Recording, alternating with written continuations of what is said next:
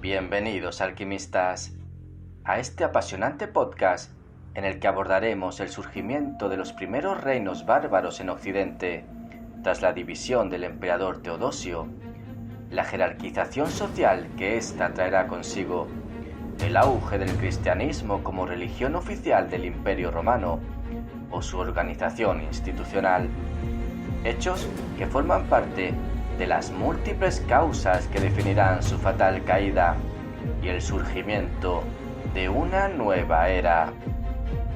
Bienvenidos, amigos, a las invasiones bárbaras y la caída del Imperio Romano de Occidente. Y es que, a la muerte del emperador Teodosio en el año 395 después de Cristo, el Imperio Romano había sido dividido definitivamente en dos partes: Oriente, bajo la dirección de Arcadio, y Occidente, de Honorio. Aparentemente, la fachada de ambos imperios seguía siendo magnífica, y el Estado romano parecía impresionante e indestructible.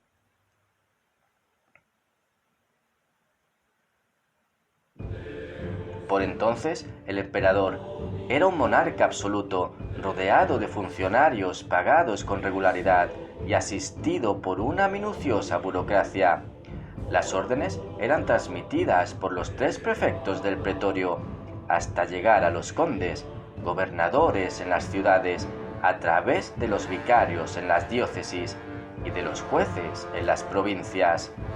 Sin embargo, ya empezaban a experimentarse dificultades en la fiscalidad, demasiado asfixiante y complicada. La sociedad, muy jerarquizada, se organiza en clases convertidas en castas. En la cúspide se hallan los senadores de las magistraturas oficiales y honoríficas, con un poder político nulo, pero que poco a poco se arrogan derechos de protección sobre pueblos enteros y obtienen la adscripción a la tierra de los colonos agricultores jurídicamente libres. La esclavitud apenas tiene ya importancia. En lo que se refiere a los artesanos y gentes de la ciudad, se empiezan a agrupar en corporaciones de las que nadie puede salir. El estudiante será funcionario, el hijo del panadero seguirá obligatoriamente el oficio de su padre.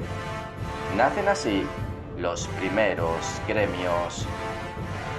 En este contexto surgirá una sucesión de acontecimientos importantes. Desde el año 391, el cristianismo será la religión oficial del imperio, con lo que la Iglesia irá adquiriendo cada vez más importancia, pues el paganismo está ya prácticamente desarraigado, pero subsiste aún en el campo. En términos de organización institucional, la jerarquía de la Iglesia es una imitación de la del Imperio Romano, donde el obispo de Roma está a la cabeza de los obispados de su provincia y los obispos de las civitates o ciudades. Poco a poco, el término civitas, territorio dotado de una ciudad como capital, será sustituido por el de diócesis. En este preciso momento, la Iglesia de Occidente, se siente tan romana que los términos romano y cristiano se hacen sinónimos. Debido a ello, el obispo encuentra la excusa perfecta para defender a Roma frente al avance de los temidos bárbaros que amenazan el limes e incluso ocupan puestos en el ejército. Sin apenas darse cuenta, la suerte de Roma estaba en manos de los futuros invasores que rodearán Occidente por varios francos. Los pueblos del mar, que comprenden a los anglos y los sajones, ocuparán las costas del mar del norte hasta las islas. La península danesa y las bocas del Elba serán para los jutos y los frisones. Gran Bretaña e Irlanda también serán amenazadas por los caledonios y escotos, a través de constantes razias marítimas.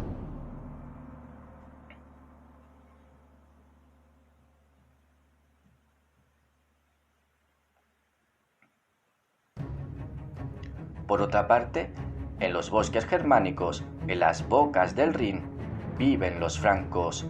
Entre el Rin y el Danubio, los alamanes, y en el curso medio del Danubio, los marcomanos y cuados, todos ellos paganos.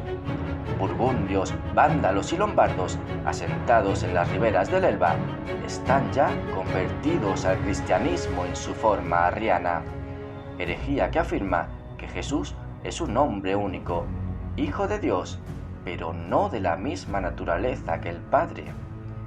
Esta herejía será condenada en el año 381 por la Iglesia. Finalmente, los visigodos y ostrogodos, que se asentarán en las llanuras rumanas, gobernados por reyes. Pero, ¿cómo tiene lugar la entrada de los bárbaros en Occidente? Se dan varias fases. Los hunos, procedentes de Asia Central, cruzan el río Don en el año 375 después de Cristo y arrastran a los visigodos que, tras ser derrotados, intentan refugiarse en territorio romano en calidad de auxiliares del ejército. Sin embargo, el entendimiento no durará mucho, ya que en 378 la caballería gótica aplastará al ejército romano en Adrianápolis. Sin duda, es una premonición del final del imperio. Ahora, los visigodos vagan por los restos del imperio buscando una tierra en la que establecerse.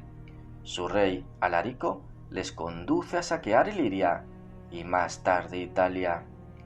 Finalmente, se apoderará de la ciudad eterna en el año 410 después de Cristo. Poco a poco, las crisis sociales, religiosas y militares llevarán al emperador Honorio en el año 418 a aceptar acoger al pueblo invasor de los visigodos en Aquitania, bajo una ficción jurídica de federación, es decir, de aliados del pueblo romano a través de la firma del foeudus.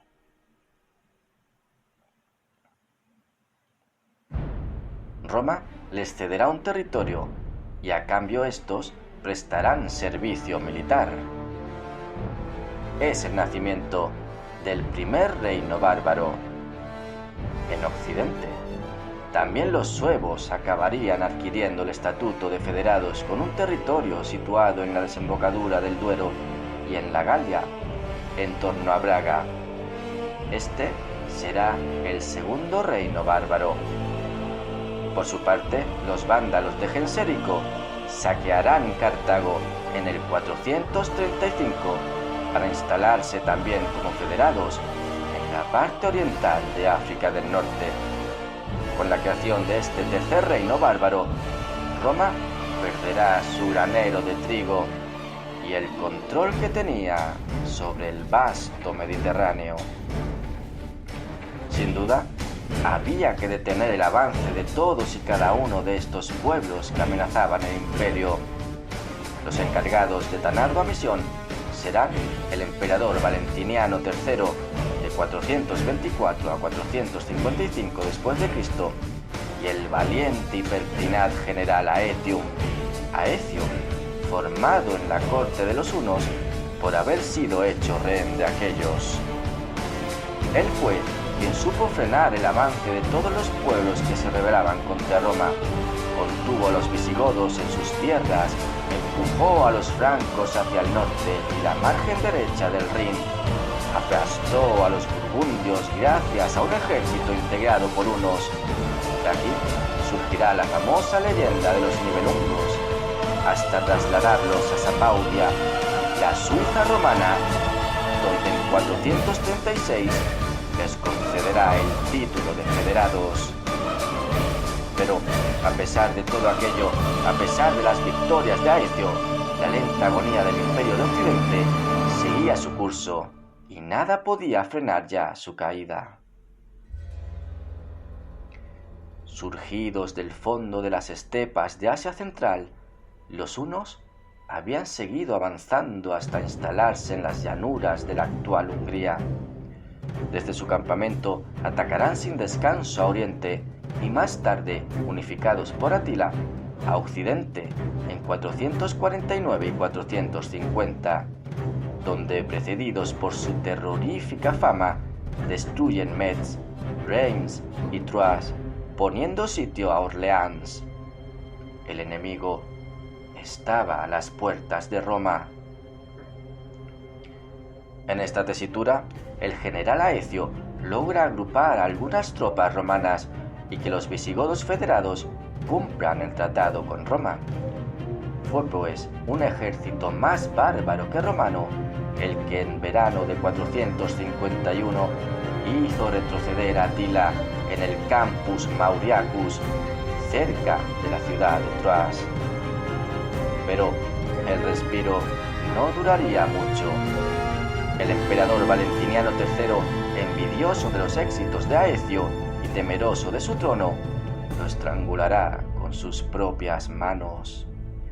Acto seguido, los partidarios del general responderán asesinando a su emperador. A partir de este momento surgen en Roma una sucesión de emperadores títeres, hecho que aprovechan los bárbaros federados para ampliar sus dominios a lo largo y ancho del carcomido imperio. Resulta necesario referir que Aecio, antes de su muerte, no pudo acudir a la llamada de los bretones romanizados de Gran Bretaña, que desde el año 418 eran víctima de la piratería de los escotos y los asaltos de los pictos. A comienzos del siglo VI, los irlandeses o escotos, cristianizados en 461, dan fin a las incursiones y pillajes, pero no dejarán de colonizar algunas regiones de la gran isla, a la que dieron el nombre de Scotland, Escocia o País de los Escotos. El imperio, consumido en sus propias cenizas, recibirá la herida mortal. En el año 455, Genserico, rey de los vándalos y los alanos, saquea Roma durante más de un mes. Entonces, el imperio pasa a manos de un general romano, pero de raza sueva, el patricio Ricimero, que, henchido de poder, hace y deshace emperadores al tiempo que los reinos bárbaros se extienden irremediablemente, rompiendo los tratados de alianza ficticios con Roma. Los visigodos ocuparán todo el sudoeste de la Galia hasta el Loira, más tarde la Narbonense y finalmente Provenza en el año 476. Los burgundios se apoderarán de Lyon, ascendiendo por el Saone, para luego descender por el río Ródano hasta el Durance. En Italia, el joven emperador Rómulo Augusto será despojado de sus insignias imperiales el 4 de septiembre de 476 por Odoacro, rey de los Edulos, a orillas del Mar Negro, general de origen germánico al servicio del emperador, y que desterrará a este a la zona de Campania.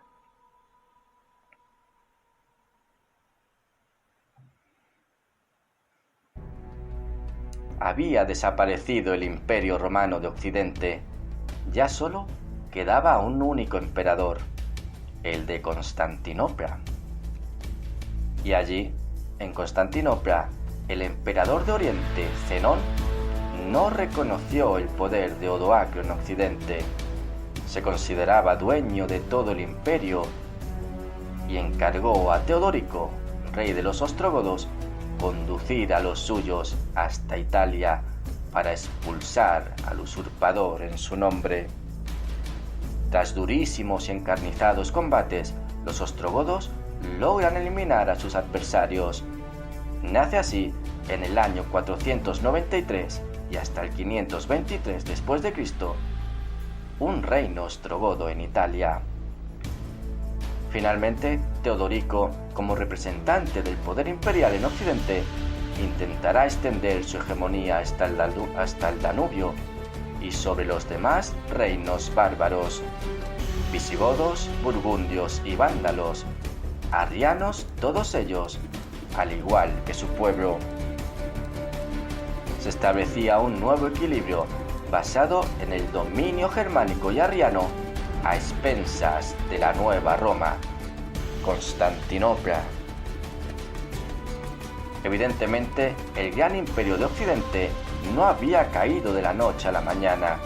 Su decadencia se había extendido desde el siglo III después de Cristo, entre el año 235 y 284, debido tanto a pugnas políticas internas como a la amenaza que representaban los pueblos bárbaros que acechaban sus fronteras en el siglo V. Una serie de acontecimientos marcaron, pues, el declive de Roma en la antigüedad. El primero de ellos fue la gran crisis del siglo III, un periodo de anarquía militar que encontrará estabilidad gracias al ascenso al poder de Diocleciano, quien transforma el imperio en una tetrarquía de 4 gobernantes. La reunificación del imperio bajo el mando de Constantino I, del 306 al 337, quien permite el crecimiento como religión oficial del cristianismo y muda la capital a Constantinopla, ciudad construida bajo el antiguo asentamiento de Bizancio. Y por supuesto, la última división del imperio por Teodosio en 395, que fue el prólogo a la caída de la civilización más grande de la historia, con el epitafio más irónico de los posibles desenlaces. Este ha sido el primero de los podcasts dedicados a la Alta Edad Media Occidental, la primera piedra para comprender una nueva época por llegar, una época de luces y sombras donde el bárbaro invasor se convertirá en restaurador del glorioso Imperio Romano. Ahora, no dudes en compartir este podcast y todos los anteriores a través de Spreaker Podcast. Descarga la aplicación en Play Store o escúchalo en Spreaker.com. Hazlo también en mi canal de YouTube, La Noche del Alquimista 7, siempre con números romanos. No olvides suscribirte. Pásate por mi cuenta de Instagram, Angel84Gold. Deja comentarios y sugerencias para hacerte llegar los temas de tu interés. El principio del fin llega con la traición a uno mismo, el ansia de poder y la confianza en tu enemigo más cercano. Muchas gracias, alquimistas. Hasta muy pronto.